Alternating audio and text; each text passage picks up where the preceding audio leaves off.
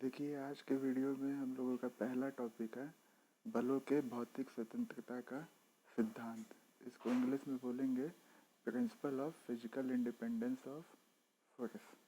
ठीक। तो क्वेश्चन में एग्ज़ाम में ये क्वेश्चन पूछता है 5 मार्क्स में। तो क्या है, इस प्रिंसिपल के अकॉर्डिंग, इस सिद्धांत के अकॉर्डिंग ये क्या होता है कि जब कोई बॉडी है, ठीक, किसी बॉडी के कई पॉइंट पे अलग अलग बल लगेंगे तो उनमें से सभी बल का जो अलग अलग बल हैं उनका जो प्रभाव होगा वह अलग अलग होगा।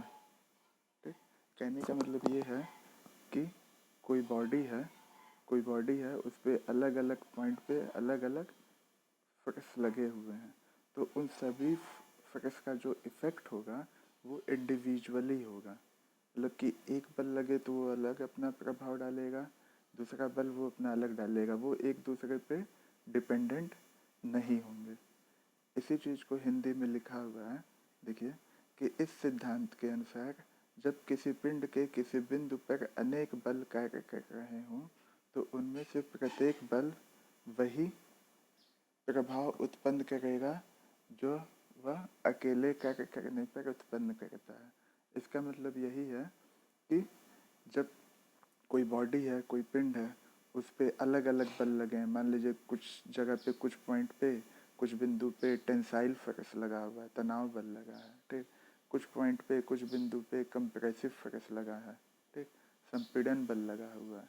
तो वो सभी बल अलग अलग लगे हैं, तो उसका जो इफ़ेक्ट पड़ेगा उस बॉडी पे, उस पिंड पे जो प्रभाव पड़ेगा वो भी क्या होगा, अलग अलग होगा, और वो दूसरे बल पे डिपेंड नहीं होगा। इसीलिए इसका नाम है बलों के भौतिक स्वतंत्रता।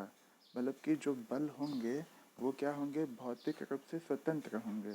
मतलब कि इस प्रिंसिपल के अकॉर्डिंग, इस सिद्धांत के अकॉर्डिंग जो फोर्स होंगे वो क्या होंगे, फिजिकली इंडिपेंडेंट होंगे, आज़ाद होंगे, वो किसी पे डिपेंड नहीं होंगे। उनका इफ़ेक्ट जो होगा वो अलग अलग होगा, वो बाकी बलों से जुड़ा हुआ नहीं होगा। सभी बल अपना अलग अलग इफेक्ट डालेंगे, प्रभाव डालेंगे। ठीक। अब देखिए, अगला टॉपिक है हमारा principle of transmissibility of force, बलों के संचरणशीलता का सिद्धांत। ठीक। ये भी एग्जाम में क्वेश्चन पूछता है 5 मार्क्स में, principle of transmissibility of force. ठीक। इस सिद्धांत के अनुसार, इस प्रिंसिपल के अकॉर्डिंग क्या होता है कि मान लीजिए कोई आपके पास रिजिड बॉडी है। ठीक। उस पर किसी पॉइंट पे कोई बल लगा है। मान लीजिए कोई रिजिड बॉडी है, उसके centre of gravity CG point पे एक बल लगा हुआ है F न्यूटन का, जिसको आप F से डिनोट किए हुए हैं।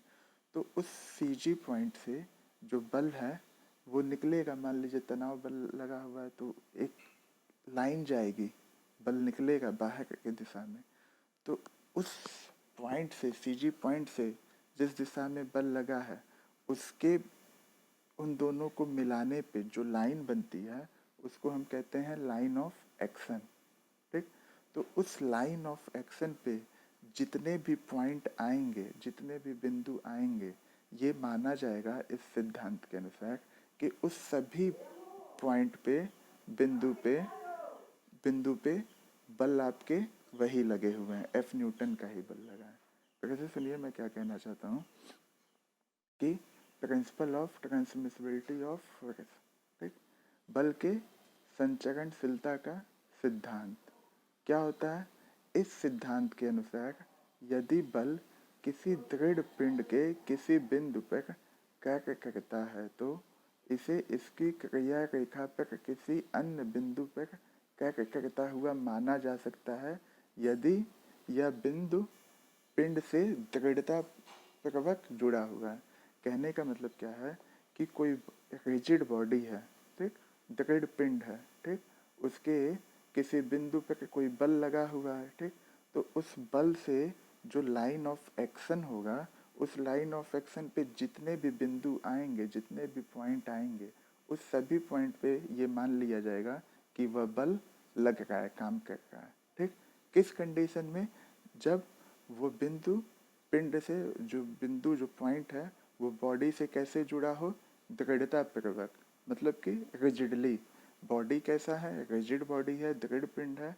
उसके किसी पॉइंट पे सपोज कीजिए कोई बॉडी होता है, तो जहाँ तक हम लोग जानते हैं, जो पढ़े हैं उसके अनुसार, उसके सेंटर ऑफ ग्रेविटी पे बल लगता है सीजी पॉइंट पे।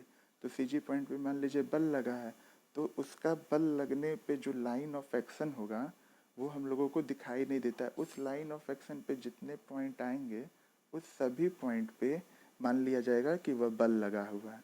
हमने माना कि वह बल एफ न्यूटन का था और टेंसाइल फोर्स था, तनाव बल था। तो उस सभी बिंदु पे जो लाइन ऑफ एक्शन पे पॉइंट आएंगे, उस सब पे हुए लगा हुआ मान लिया जाएगा। कब मान लिया जाएगा?